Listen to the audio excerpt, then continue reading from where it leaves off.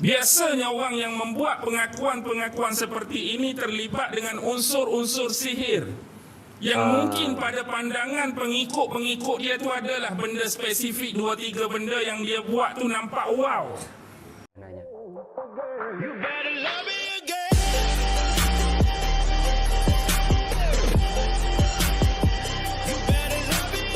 Assalamualaikum warahmatullahi ta'ala wabarakatuh. Jumpa lagi dengan saya Cak Opek dalam program Ngaji Bareng.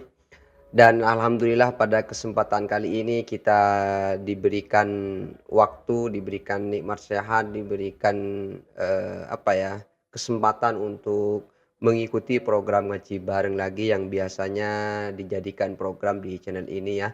Semoga teman-teman bisa mengikuti program Ngaji Bareng ini sampai selesai sehingga teman-teman semua mendapatkan pengetahuan, mendapatkan ilmu yang mungkin tidak pernah teman-teman ketahui sebelumnya ya teman. Dan di sini saya sudah persiapkan videonya ya dari Ustadz Auni Muhammad, karena kemarin Masya Allah Ustadz Auni Muhammad dijadikan program Ngaji Bareng meledak, banyak yang mengikuti ajiannya ya. Dan saya tidak menyangka sekali di sini saya ada dari ceramah Ustadz Auni Muhammad ya. Sejarah Laut Mati yang ramai orang tak tahu. Masya Allah, ini penasaran sekali seperti apakah videonya dan apa yang akan disampaikan Ustadz Auni Muhammad ini. Semoga betul-betul bermanfaat untuk kita ya teman-teman. Makanya mari kita persiapkan seperti biasa, jangan lupa buka mata, buka telinga dan buka hati.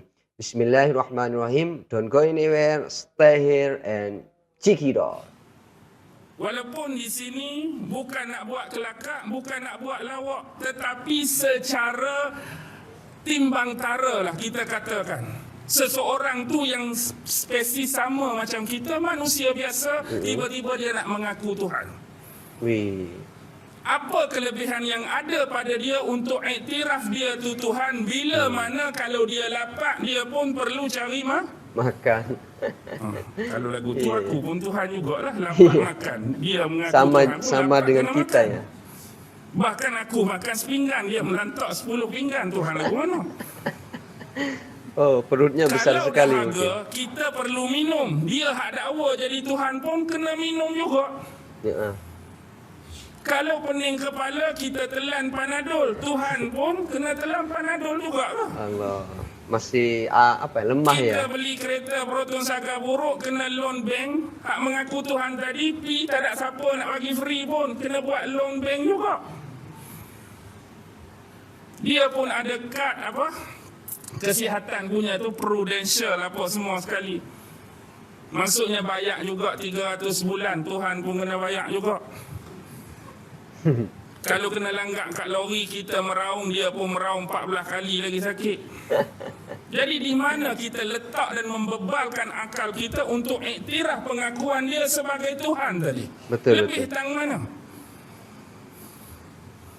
Biasanya orang yang membuat pengakuan-pengakuan seperti ini terlibat dengan unsur-unsur sihir yang mungkin pada pandangan pengikut-pengikut dia tu adalah benda spesifik 2-3 benda yang dia buat tu nampak wow. Contoh pegang kelapa tu terus jadi santan. Oh hebat ni Tuhan ni. Baru pegang kelapa jadi santan dah, hebat dah. Jadi Tuhan dah tahap tu. Berjalan tu tak payah naik sampan, tak payah naik perahu, jalan lintas lagu tu je atas air. Berasa hebat dah tu. Ini adalah bentuk-bentuk pengakuan. Hak muliakan bintang, hak muliakan matahari. Ada lagi tak orang muliakan matahari, muliakan bintang? Mungkin kalau tak? Di agama lain mungkin muliakan ada ya? Matahari, muliakan bintang. Baik tuan-tuan, isu Tuhan matahari ini lama dah. Dan saya baru dapat satu artikel bila saya baca dan selami isu tentang akhir zaman, yang mana kumpulan-kumpulan Zionis sedang rancak nak membina apa yang dikatakan The Solomon Temple, betul? The Solomon Temple. Solomon Temple, Haikal Sulaiman. Haikal Sulaiman. Bila saya baca artikel tu, tak tahulah untuk saya membenarkan atau yakin terkait dengan Sons of God. Sebenarnya penipuan yang mereka buat bukan The Solomon Temple. Tetapi mereka mengalihkan nama Nabi Sulaiman jadi pertaruhan dan percaturan. Yang sebenarnya the Sol Amon Temple. Who is Sol Amon? Tuhan Matahari. Bukannya Solomon. Jadi penggunaan Solomon tu nak suruh nampak who is Solomon? Nabi Sulaiman. Oh, bila kerja ni kerja untuk Nabi Sulaiman, maka manusia akan mengerahkan tenaga, mengerahkan pemikiran untuk menjayakan program tersebut bila Solomon digunakan. Hakikatnya Sul Amun. Sul Amun. Bagaimana bertahun-tahun lamanya nama Nabi Allah Sulaiman terfitnah akibat permainan iblis yang menyerupai Nabi Allah Sulaiman menuliskan buku-buku sihir yang ditinggalkan di bawah singgasana Nabi Allah Sulaiman. Bila Nabi Allah Sulaiman wafat, maka iblis menyamar manusia biasa. Wahai manusia, hari ini sebenarnya baru kita tahu siapa Nabi Allah Sulaiman yang sebenar. Dia dapat mengawal angin, dia dapat bercakap dengan binatang bukan kerana dia Nabi, bukan kerana dia ada mukjizat, tapi kerana dia mengamalkan sihir-sihir tertentu. Apa bukti kamu? Lalu sebab dia yang tulis kitab sihir, dia yang simpan di bawah singgasana, aku akan tunjukkan bukti dia. Pilah bawah tempat tu. Mari kita bongkar, jumpalah buku-buku sihir yang dikarang oleh dia sendiri. Dia tuduh atas nama Nabi Allah Sulaiman. Sebab itulah dalam salasilah dan nasab sesetengah occult dan black wish, daripada guru dia sampai sekali ketua kepada segala penyihir, jatuh nama siapa tuan-tuan? Solomon. Seolah-olah Nabi Allah Sulaiman tu penyihir atas segala penyihir. Berapa lama Nabi Allah Sulaiman terfitnah dengan permainan ini? Ini berlaku dalam dunia hitam, dunia gelap. Al-Quran datang membongkar kisah ini, tuan-tuan. Tu tak kira lagi zaman selepas Nabi Allah Ibrahim alaihissalam. Anak saudara Nabi Allah Ibrahim siapa? Siapa anak saudara Nabi Allah Ibrahim? Lut. Bila sampai di Kanaan, Palestin dahulu, Palestin kuno, mereka berpisah. Nabi Allah Ibrahim tetap di Palestin dan Nabi Lut ke negeri, kalau istilah hari ini, Sodom and Gomorrah kan? Sodom and Gomorrah. Kalau di Itali itu apa ya? Yang ada kes yang lebih kurang sama, meletus gunung berapi tu. Di Itali itu nama apa? Pompei kan? Ingat sejarah Pompei? Ke malam ni baru dengar Pompei? Sejarah Pompei. Baik, itu di Itali. Sekarang kita tengok umat-umat di sana, apa dia punya perangai? Apa dia punya perangai? Perangai dia ialah perangai songsang. Naluri dia jadi berlawanan. Jadi tak apa kita panggil, tak natural macam biasa. Biasanya seorang lelaki akan meminati wanita, wanita akan cenderung naluri dia pada lelaki. Tapi geng-geng Gomorrah dengan Sodom ni, lelaki minat lelaki, wanita minat wanita. Jadi terbalik dia punya nafsu. Jadi bila ini berlaku kepada zaman Nabi Allah Lut sentiasa mendakwahkan mereka agar mereka kembali kepada fitrah yang asal dari sudut sosial dan kemanusiaan. Maksudnya lelaki pasangan dia wanita, wanita pasangan dia lelaki. Bertaubatlah kamu sebelum datangnya azab daripada Allah. Tapi mereka tak mau dengar.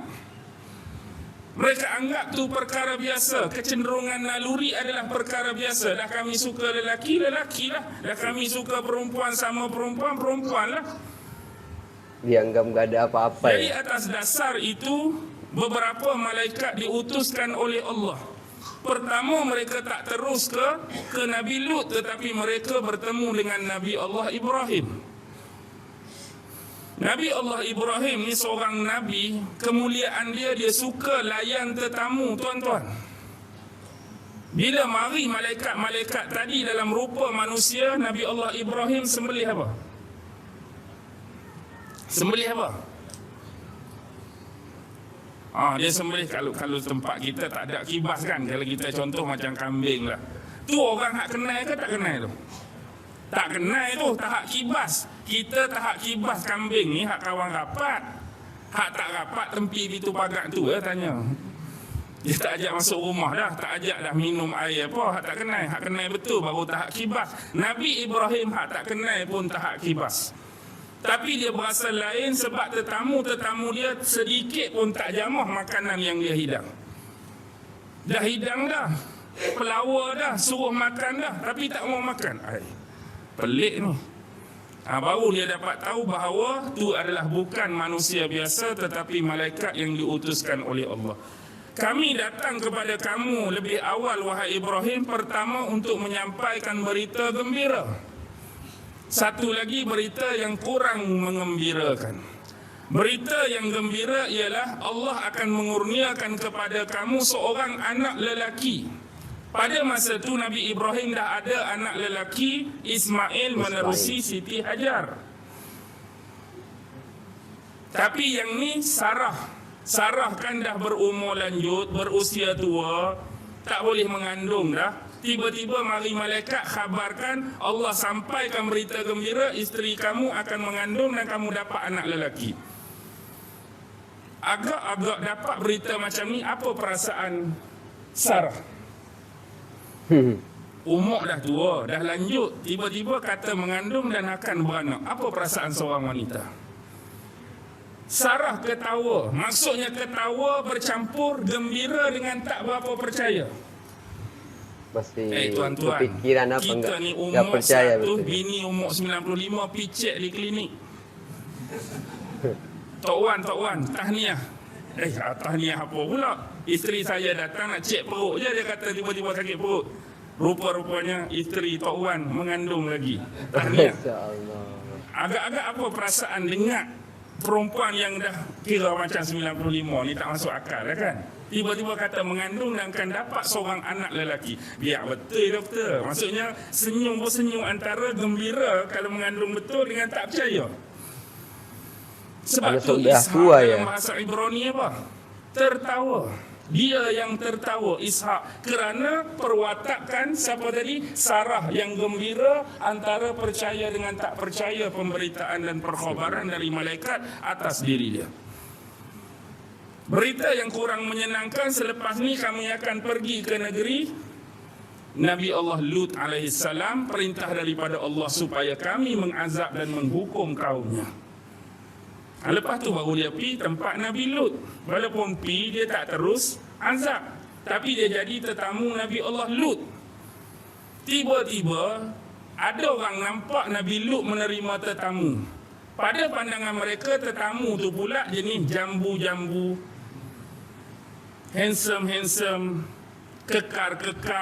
Mereka jenis naluri lagu tu, mereka pergi serbulah rumah Nabi Lut. Wahai Nabi Lut, kamu serahkan kepada kami tetamu-tetamu kamu tu. Minta terus. Pesen apa jenis lagu ni? Serbu rumah orang tak boleh tengok jambu-jambu, hak jenis cute-cute, cun-cun ni terus nak.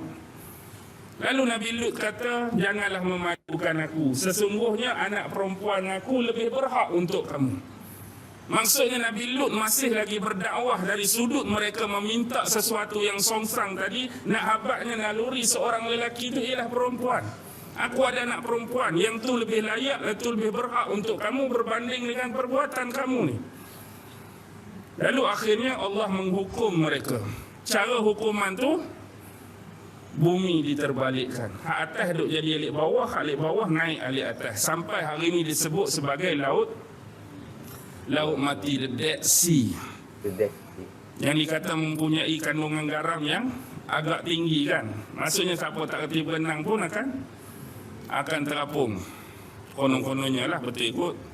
Saya tak pernah sampai sana. Jordan pernah sampai, tapi Dead Sea tu tak pernah sampai. Dead Sea. Ada tak pernah sampai sini dan memang pernah masuk dalam tu? Ada siapa angkat tangan? Okey abang tu. Betul terapung bang? Betul, betul lah. Maksudnya abang tu mengesahkan. Ya. Tapi abang pandai berenang kan? Tak pandai? Pandai ke tak pandai? Tak pandai tapi terapung, maknanya betul lah tu. Maksudnya dia berani sebab dia berjaya mengapungkan diri dia tanpa pandai berenang. Masya Allah, itulah tadi ya ceramah yang sudah kita dengarkan bersama dari Ustadz Auni Muhammad. Sangat luar biasa sekali ya. Masalah laut mati juga ya. Kalau di laut mati itu orang yang mau berenang itu nggak usah tahu berenang, dia akan terapung dengan sendirinya. Terus juga tadi mengutip tentang masalah seseorang yang mau mengaku Tuhan, bagaimana mau mengaku Tuhan.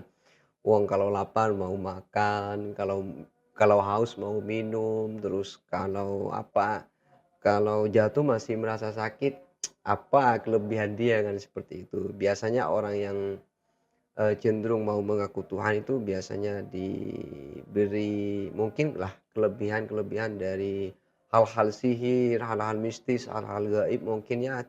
Dan itu tidak seberapa kehebatan-kehebatan yang dimiliki sehingga biasanya orang yang macam itu dan tidak ada iman di hatinya biasanya gampang untuk mengaku Tuhan, menyekutukan Allah dan sebagainya. Semoga kita semua terlindungi dari hal-hal yang macam itu ya teman-teman. Kita semua tetap waspada, jaga iman kita, jaga Islam kita. Semoga tidak keluar dari hati kita. Dan yang lebih penting lagi semoga di akhir hayat kita semua ini, keluarga kita semua, tetangga kita, guru-guru kita semuanya semoga dijadikan orang yang husnul khotimah dengan mati membawa kalimat La ilaha illallah Muhammadur Rasulullah sallallahu alaihi wasallam, sehingga apabila semuanya itu terjadi insya Allah mudah untuk kita memasuki surganya Allah Subhanahu wa taala, dan semoga kita juga mudah untuk bertemu dengan Rasulullah, bertemu dengan sahabat-sahabat Rasulullah, dengan para tabi'in, tabi'at dan juga para sahabat-sahabat Nabi, pun juga dengan keluarga kita tercinta yang masih ada di dunia ini. Amin amin ya rabbal alamin. Dan saya kira program ngaji bareng pada kesempatan kali ini saya cukupkan ya. Mohon maaf apabila ada kesalahan. Sampai jumpa di program ngaji selanjutnya. Ihdinas siratal mustaqim. Assalamualaikum warahmatullahi taala wabarakatuh.